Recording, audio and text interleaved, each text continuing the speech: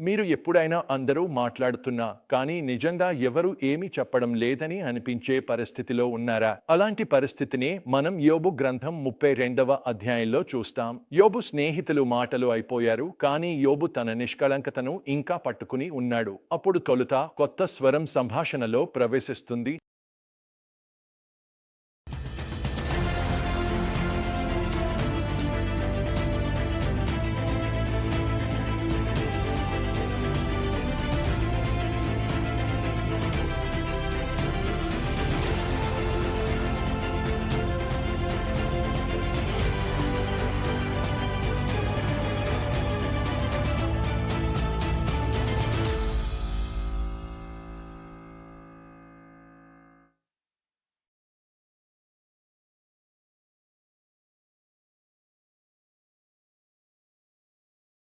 Elihu ప్రవేశిస్తాడు. ఈ యువకుడు ఇప్పటివరకు మౌనంగా వినిపిస్తున్నాడు.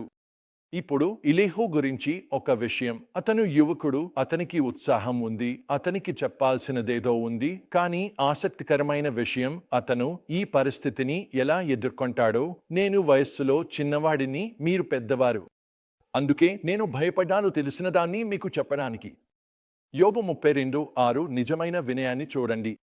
ఆ వ్యక్తి ఓర్పుతో ఎదిగిన వారిని గౌరవిస్తూ ఎదురుచూశాడు, కానీ ఇప్పుడు మాట్లాడాల్సిన అవసరం ఉందని భావిస్తున్నాడు.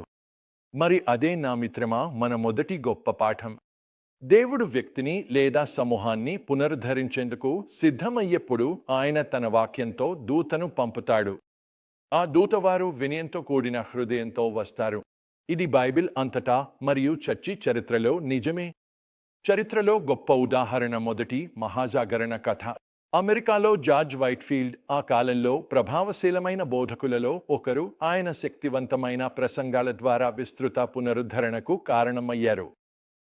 తరచుగా మర్చిపోతున్న విషయం, ఆయన కఠినమైన విమర్శలను ఎదుర్కొన్నప్పటికీ వైట్ఫీల్డ్ వినయంగా ఉండేవాడు, తన లోపాలను అంగీకరించేవాడు మరియు తనను తాను రక్షించుకోవడం కంటే సందేశంపై దృష్టి పెట్టేవాడు.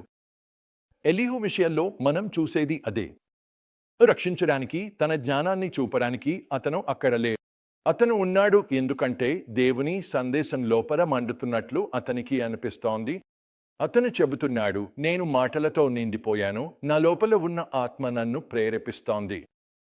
యోబు 32:18. ఎలీహు యోబు పరిస్థితికి ఒక కొత్త దృక్పథాన్ని తీసుకువస్తాడు. ఇది యోబును, అతని స్నేహితులను సవాలు చేసే అంతర్దృష్టులను ఇస్తుంది. అతను మొదటగా వారికి గుర్తు చేస్తాడు, దేవుడు విభిన్నంగా సంభాషిస్తాడు. సున్నితంగా మనం గమనించకపోతే వాటిని కోల్పోయే అవకాశం ఉంటుంది. మన స్వప్నాలలో వినిపించే సంకేతాల నుంచి నేర్చుకునే పాఠాల వరకు, ప్రకృతి అద్భుతాల ద్వారా దేవుడు నిరంతరం మనతో సంబంధం కలిగి ఉండేందుకు ప్రయత్నిస్తూనే ఉంటాడు. నిజమైన ప్రశ్న ఏమిటంటే, మనం వింటున్నామా అని ఎలీహు సూచిస్తాడు. అతను దేవుని చిత్రాన్ని న్యాయం మరియు కరుణ సమతుల్యంగా ఉండేలా చిత్రీకరిస్తాడు. ఎలీహు దృష్టిలో మన తప్పులకు శిక్షించడమే కాదు, అందుకు బదులుగా ఆయన విమోచన అవకాశాలను ఆసక్తిగా వెతుకుతాడు. మన చర్యల ఫలితాల నుండి మనలను రక్షించేందుకు ఎప్పుడూ సిద్ధంగా ఉంటాడు, అవకాశం లభిస్తే. ఈ వివరణ దేవుని స్వభావం మరియు మానవులతో ఆయన సంబంధం గురించి జరుగుతున్న చర్చకు మరింత లోతును జోడిస్తుంది. అత్యంత వివాదాస్పదంగా ఎలీహు బాధకు ఒక ఉన్నతమైన ఉద్దేశ్యం ఉండవచ్చని ప్రతిపాదిస్తాడు. ఈ ఆలోచనను అంగీకరించడం కష్టంగా ఉండొచ్చు, ముఖ్యంగా బాధలో ఉన్నవారికి. కానీ మన కష్టాలు మన దారిని మార్చేందుకు ఉద్దేశించబడ్డవని అతను సూచిస్తాడు. అవి ఒక దివ్యమైన హెచ్చరిక. మనం గ్రహించకపోయినా పాపం లేదా అహంకారపు మార్గాల నుండి మనలను దూరంగా నడిపించేందుకు ప్రయత్నించవచ్చు. చివరగా, మానవుల అర్థం చేసుకునే సామర్థ్యానికి, దివ్య జ్ఞానానికి మధ్య ఉన్న విస్తృతమైన అంతరాన్ని ఎలీహు గుర్తు చేస్తాడు. ప్రకృతిలోని ఉదాహరణలను గర్జించే మెరుపు, జీవాన్ని ప్రసాదించే వర్షం, స్వచ్ఛమైన మంచును ఉపయోగించి అతను దేవుని అద్భుతమైన శక్తి మరియు మహిమను వివరించాడు.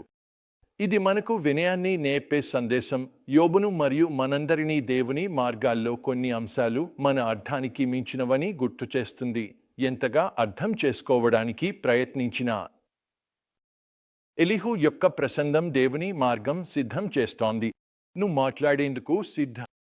పొలాన్ని దున్నుతున్నట్లుగా ఉంది. యోబు ప్రభువు మాట వినటానికి సిద్ధం చేస్తున్నాడు. అంతా చూసిన తర్వాత మనం ఏమి నేర్చుకోవచ్చు? 1. వినయంగా ఉండాలి. దేవుడు తరచుగా అన్ని సమాధానాలు ఉన్నట్లు అనుకోని వారినే ఉపయోగిస్తాడు. 2. అనుకోని ప్రదేశాల్లో దేవుని స్వరాన్ని వినడానికి సిద్ధంగా ఉండాలి. అతను ప్రకృతి, ఇతరులు లేదా మన పరిస్థితుల ద్వారా మాట్లాడవచ్చు. 3. దేవుడు న్యాయమైనవాడు మరియు కరుణగలవాడు.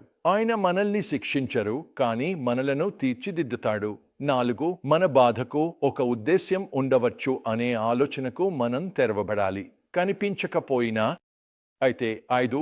దేవుని శక్తిని చూసి ఆశ్చర్యపడి నిలబడండి. ఆయన గురించి మనం పూర్తిగా అర్థం చేసుకోలేని ఎన్నో విషయాలు ఉన్నాయి, కానీ అది సరే. స్నేహితులారా, మనం ముగించేటప్పుడు దేవుడు ఎప్పుడూ మన జీవితాల్లో మాట్లాడేందుకు సిద్ధంగా ఉంటాడని గుర్తుంచుకోండి. ఆయన మనలను సిద్ధం చేయడానికి దూతను పంపుతాడు. మన పరిస్థితులను ఉపయోగిస్తాడు. ఆయన పని చేస్తాడు మనలను దగ్గరగా తీసుకురావడానికి. కాబట్టి ఎలీహులా ఉండండి, వినడానికి వినయంగా ఉండండి. దేవుడు ప్రేరేపించినప్పుడు మాట్లాడడానికి ధైర్యంగా ఉండండి మరియు ఎప్పుడూ సిద్ధంగా ఉండండి దేవుడు అనుకోని మార్గాల్లో కనిపించేందుకు. ఎందుకంటే దేవుడు మాట్లాడినప్పుడు ప్రతిదీ మారిపోతుంది. ఎవరికీ తెలియదు. మనం ప్రార్థిస్తున్న పునరుజ్జీవం వినయంతో, హృదయంతో వినడానికి మరియు పాటించడానికి సిద్ధంగా ఉన్న మనసుతోనే ప్రారంభమవ్వవచ్చు.